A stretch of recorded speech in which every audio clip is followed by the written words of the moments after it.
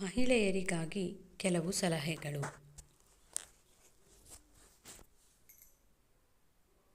ಮನೆಯಲ್ಲಿ ಹಿರಿಯರು ಅಥವಾ ಗಂಡಸರು ಊಟ ಮಾಡುವಾಗ ಹಾಲಿಗೆ ಹೆಪ್ಪು ಹಾಕಬಾರದು. ಇದರಿಂದ ಸಂಬಂಧಗಳಲ್ಲಿ ಹುಳಿ ಹಿಂಡಿದ ಹಾಗೆ ಎನ್ನಲಾಗುತ್ತದೆ. ನಾವು ಊಟಕ್ಕೆ ಕುಳಿತಾಗ ಉಪ್ಪನ್ನು ತಟ್ಟೆಯಲ್ಲಿ ಬಡಿಸಿಕೊಳ್ಳಬೇಕು. ಇದರಿಂದ ಕೆಟ್ಟ ದೃಷ್ಟಿ ತಾಗುವುದನ್ನು ತಪ್ಪಿಸಬಹುದು. ಮನೆಗೆ ಬಂದ ಮುತ್ತೈದೆಯರಿಗೆ ತಪ್ಪದೇ ಮುತ್ತೈದೆ ಸಂಕೇತವಾದ ಅರಿಶಿನ ಕುಂಕುಮ ಕೊಡಬೇಕು. ಅದರಲ್ಲೂ ಸಂಜೆಯ ವೇಳೆ ಬಂದ ಮುತ್ತೈದೆಯರನ್ನು ಹಾಗೇ ಕಳಿಸಬಾರದು, ಏಕೆಂದರೆ ಅವರು ಲಕ್ಷ್ಮೀ ಸ್ವರೂಪ. ಮಹಿಳೆಯರು ಮುಟ್ಟಾದ ಸಮಯದಲ್ಲಿ ತಲೆಸ್ನಾನ ಮಾಡಲೇಬೇಕಾದ ಅನಿವಾರ್ಯತೆ ಇಲ್ಲ. 5 ದಿನಗಳ ನಂತರ ತಲೆಸ್ನಾನ ಮಾಡಿ ಪೂಜೆ ಮಾಡಿಕೊಂಡರೆ ಸಾಕು. ಹೆಣ್ಣು ಮಕ್ಕಳು ಹಣೆಯಲ್ಲಿ ಕುಂಕುಮ ತಪ್ಪದೇ ಹಚ್ಚಿಕೊಳ್ಳಬೇಕು. ಅದರಲ್ಲೂ ಬೈತಾಲೆಗೆ ತಪ್ಪದೇ ಹಚ್ಚಬೇಕು, ಏಕೆಂದರೆ ಅಲ್ಲಿ ಲಕ್ಷ್ಮೀದೇವಿಯು ನೆಲೆಸಿರುತ್ತಾರೆ ಎಂದು ನಂಬಲಾಗುತ್ತದೆ. ಹೀಗೆ ಕುಂಕುಮ ಹಚ್ಚುವುದು ಗಂಡನಿಗೆ ಶ್ರೇಯಸ್ಸು ಕೂಡ. ಹೆಣ್ಣು ಮಕ್ಕಳು ಮನೆಯಲ್ಲಿ ಯಾವುದೇ ವಿಶೇಷ ಪೂಜೆ ಅಥವಾ ಶುಕ್ರವಾರ ಪೂಜೆ ಮಾಡುವಾಗ ವಾರಕ್ಕೆ ಒಮ್ಮೆಯಾದರೂ ಸೀರೆ ಉಟ್ಟು ಪೂಜೆ ಮಾಡಬೇಕು. ಇದರಿಂದ ನಮ್ಮಲ್ಲಿ ಲಕ್ಷ್ಮೀ ಕಳೆ ಹೆಚ್ಚುತ್ತದೆ ಮತ್ತು ಮನೆಗೆ ಒಳ್ಳೆಯದಾಗುತ್ತದೆ. ಹೆಣ್ಣು ಮಕ್ಕಳು ಮನೆಯಲ್ಲಿ ಸ್ನಾನ ಪೂಜಾದಿಗಳನ್ನು ಮುಗಿಸಿದ ನಂತರವೇ ತಿಂಡಿ ಊಟಗಳನ್ನು ಮಾಡಿಕೊಳ್ಳಬೇಕು. ಇದು ಸಾಧ್ಯವಾಗದಿದ್ದರೂ ಮಂಗಳವಾರ ಹಾಗೂ ಶುಕ್ರವಾರವಾದರೂ ಈ ನಿಯಮಗಳನ್ನು ಪಾಲಿಸುವುದು ಮನೆಗೆ ಒಳಿತಾಗುತ್ತದೆ.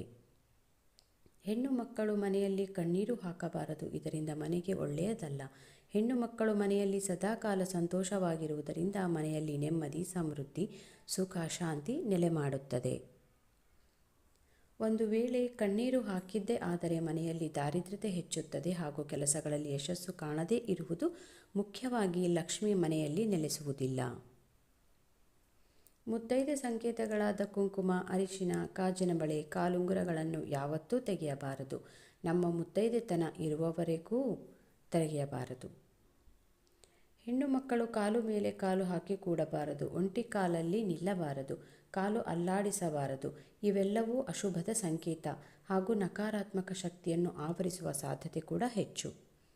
ಯಾವ ಮನೆಯಲ್ಲಿ ಹೆಣ್ಣನ್ನು ಕೀಳಾಗಿ ಕಾಣುವರೋ ಅಂತಹ ಮನೆಯಲ್ಲಿ ಏಳಿಗೆ ಇರುವುದಿಲ್ಲ, ನೆಮ್ಮದಿಯೂ ಇರುವುದಿಲ್ಲ.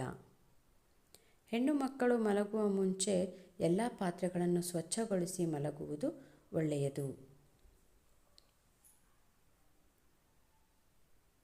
ಹೆಣ್ಣು ಮಕ್ಕಳು ಹರಿದ ಬಟ್ಟೆ ಹಾಗೂ ಸುಟ್ಟ ಬಟ್ಟೆಗಳನ್ನು ಹಾಕಿದರೆ ದಾರಿದ್ರ್ಯ ಬರುತ್ತದೆ, ಆರ್ಥಿಕ ನಷ್ಟ ಉಂಟಾಗುತ್ತದೆ, ನಕಾರಾತ್ಮಕ ಶಕ್ತಿಯನ್ನು ನಾವು ಆಕರ್ಷಿಸುತ್ತೇವೆ. ಹಾಗಾಗಿ ಈ ಹರಿದ ಮತ್ತು ಸುಟ್ಟ ಬಟ್ಟೆಗಳನ್ನು ಹಾಕಬಾರದು. ಹೊಸ್ತಿಲನ್ನು ಕಾಲಿನಿಂದ ತುಳಿಯಬಾರದು, ಏಕೆಂದರೆ ಅಲ್ಲಿ ಲಕ್ಷ್ಮಿ ನೆಲೆಸಿರುತ್ತಾಳೆ. ಹೊಸ್ತಿಲನ್ನು ತುಳಿಯುವುದರಿಂದ ದೇವಿಗೆ ಅವಮಾನ ಮಾಡಿದಂತಾಗುತ್ತದೆ. ಮನೆಯಲ್ಲಿ ಹಣ ಉಳಿಯುವುದಿಲ್ಲ, ಲಕ್ಷ್ಮಿಯೂ ನೆಲೆಸುವುದಿಲ್ಲ. ಮನೆಯ ಸುಖ, ಶಾಂತಿ, ನೆಮ್ಮದಿ, ಸಮೃದ್ಧಿಗಾಗಿ 2 ಹೊತ್ತು ಅಂದರೆ ಬೆಳಗ್ಗೆ ಮತ್ತು ಸಂಜೆ ದೀಪ ಹಚ್ಚಬೇಕು. ಸಂಜೆ ವೇಳೆ ಅಂತೂ ದೀಪ ಉರಿಸಲೇಬೇಕು. ರಾತ್ರಿ ಅನ್ನ ಮಾಡಿದ ನಂತರ ಊಟಕ್ಕೆ ಮೊದಲು ಒಂದು ಬಟ್ಟಲಲ್ಲಿ ಸ್ವಲ್ಪ ಅನ್ನ ಎತ್ತಿಡಬೇಕು. ರಾತ್ರಿ ನಮ್ಮ ಪೂರ್ವಜರು ಮನೆಗೆ ಬರುತ್ತಾರಂತೆ, ಖಾಲಿ ಪಾತ್ರೆ ಇರಕೂಡದು. ಮರುದಿನ ಆ ಅನ್ನವನ್ನು ಯಾವುದಾದರೂ ಪ್ರಾಣಿಗೆ ಅದನ್ನು ತಿನ್ನಿಸುವುದರಿಂದ ಮನೆಯು ಸಮೃದ್ಧಗೊಳ್ಳುತ್ತದೆ ಎಂಬ ನಂಬಿಕೆ ಇದೆ. ಮನೆಯ ಮುಂದೆ ಒಂದು ತುಳಸಿ ಗಿಡವನ್ನಿಟ್ಟು ಬೆಳೆಸುವುದರಿಂದ, ತುಳಸಿಯ ಮುಂದೆ ದೀಪ ಬೆಳಗಿಸುವುದು ಶುಭ ಸೂಚನೆಯಾಗಿದೆ. ಪ್ಲೀಸ್ ಲೈಕ್ ಮಾಡಿ, ಶೇರ್ ಮಾಡಿ, ಸಬ್ಸ್ಕ್ರೈಬ್ ಮಾಡಿ. ಕನ್ನಡಿಗರನ್ನು ಬೆಳೆಸಿ. ಧನ್ಯವಾದ.